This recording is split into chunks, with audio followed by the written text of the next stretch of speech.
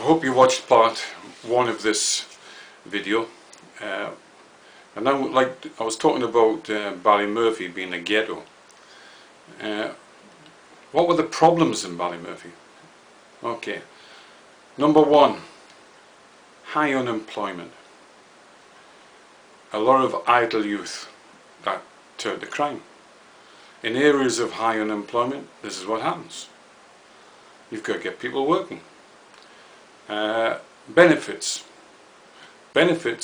that encourage people not to work. I've seen this myself. I had my own business.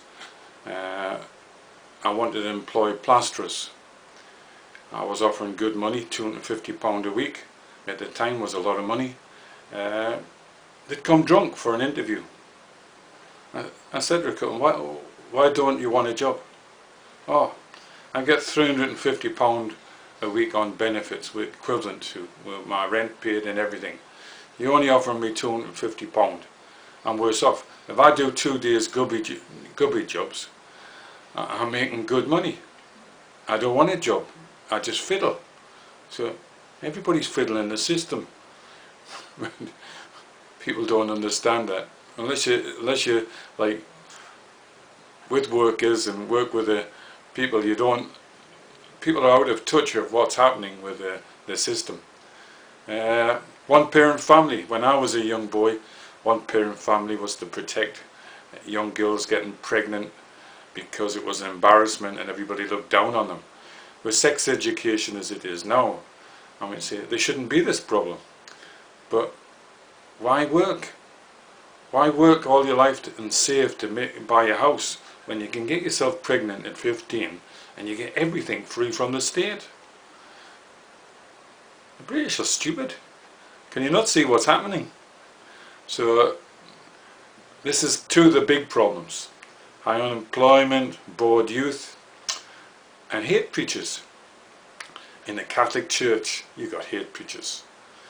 In the Catholic Church in Ballymurphy, we found an alms cache. The priest had to stand over it every day, trip over it. He knew it was there, so he was actively involved with a terrorist organisation, the IRA. Ballymurphy was dirty. It had a lot of slogans, IRA up the IRA written on the walls, propaganda everywhere, which made the place look pretty untidy. But there was a group of council workers there that sat and played cards all day because the IRA wouldn't let them work. I caught the IRA bringing around 20 Americans from no raid. So I thought, I'll intervene here. They're escorted around by 2 members of the IRA, so I made them all get their hands up against the wall. And there's one big fat American woman, she says, "Herbert, take a photograph of this." I says, "Herbert, take your hands off the wall, I'll blow your fucking head off." So frightened them a little bit. So I says, jokingly, I says, "Look over the wall. Do you see any My Lai massacre?" No. "Look up in the sky," and all look up in the sky. "Do you see any B-50 bombers dropping napalm on these people?" I says, "We're not against these people. We're just soldiers doing a job, trying to keep the peace between the Protestants and the Catholics. We want to go home. Some guys in my patrol were Catholic. It didn't matter nothing to me. Some were Irish. It wasn't a problem for soldiers. But the hatred in Northern Ireland was incredible. My wife, when I went to get married, my wife had been a devout Catholic all her life in Partick and Glasgow. And this is how far it goes, mainly Glasgow and Liverpool, where you got the Irish communities. The priest was Irish, and she never told the priest I was a fucking barrack trooper. She just says I was a Protestant, not that I was a Protestant. I don't go to church. You could call me an atheist. But out of respect for my wife and her religion, I says I'd marry in the Catholic Church. Didn't bother me. But when she went to the priest, the priest said, "I'd rather see you dead than marry a Protestant." It's true. I'd rather see you dead than marry a Protestant. So she came home in tears and told her mum and dad. Her mum was a Catholic and her dad was a Protestant, funny enough. Then she went to the monks, the Jesuits, and they told her basically the same. They'd rather see her dead than marry a Protestant.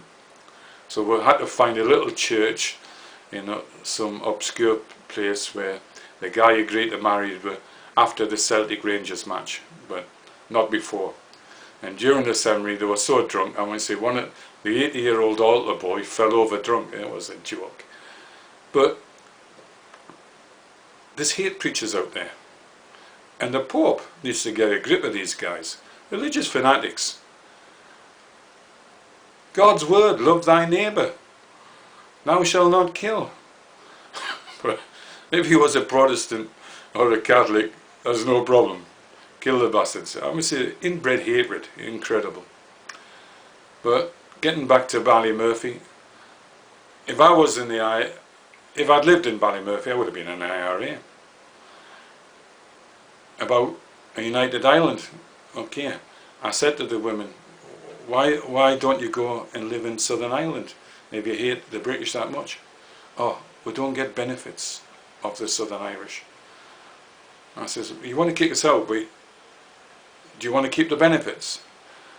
So there's no logic there, a lot of these people. But I honestly think that unless you've got to stop ghettos. It's the same problem in the Muslim ghettos. The police do not go into Muslim areas. They didn't go into Ballymurphy. They drive around the outside perimeter, and only if it was they had to, they'd go in and get out quickly. Police do not patrol these areas because the people in the ghettos don't want them. They don't want people stopping their illegal activities, and they keep stopping their hate preachers, do they? But I understand the Protestant point of view and the Catholic point of view. Let me say, after what happened in the Civil War, where the Protestants in the South were forced to give their properties and land over to the official IRA, you can see their concern. You've got 1 million Protestants who can form an army. They have an army, and they'd fight to stay British, and they'd fight the British to stay British, and they'd have a war with the Southern Ireland and probably take them on. I mean, see, we've got a hate situation. My solution: you've got to break up ghettos. There should be a rule where a Catholic cannot live next to a Catholic. He has to live next to a Protestant or a Muslim. And integrate. If you don't integrate, it's never going to happen where you have a solution to their problems. Work. People should be made to work for their benefits. Why give free handouts and make them dependent on the state? They get well looked after in England, and it's attracting so many people. British people are stupid. Can you not open your eyes to the fact what's happening? They're not coming because they love the British. They come because they want to take advantage of the system. Free health service. Come on. I worked in a casualty department in Glasgow. One guy came in with hot feet. Now the doctor's working 90 hours and he's sleeping. And he demanded to see the doctor. I says, why don't you put your feet in cold water and try and go back to bed? No, I want to see the doctor. People taking advantage of the system. A woman brings a baby in. The baby's got a flea bite. A fucking flea bite. And she demands to see the doctor over a flea bite. And there again, you have to wait the doctor up. No wonder the National Health Service is collapsing. People are taking advantage of the system all the time. Britain needs to wake up. And Toby Robinson is only telling you the truth, like I am. So, I'd like discussion. Talk to me. I'm not anti-Catholic. I'm not anti-Protestant. I'm not anti-Muslim. I've got Muslim friends, Catholic friends, Protestant friends. It doesn't bother me what religion you are. But when you form these ghettos, it's a problem for everybody. What's going to happen in England in the future? More and more bombings are going to happen. And then the walls are going to go up around the ghettos like they did in Northern Ireland.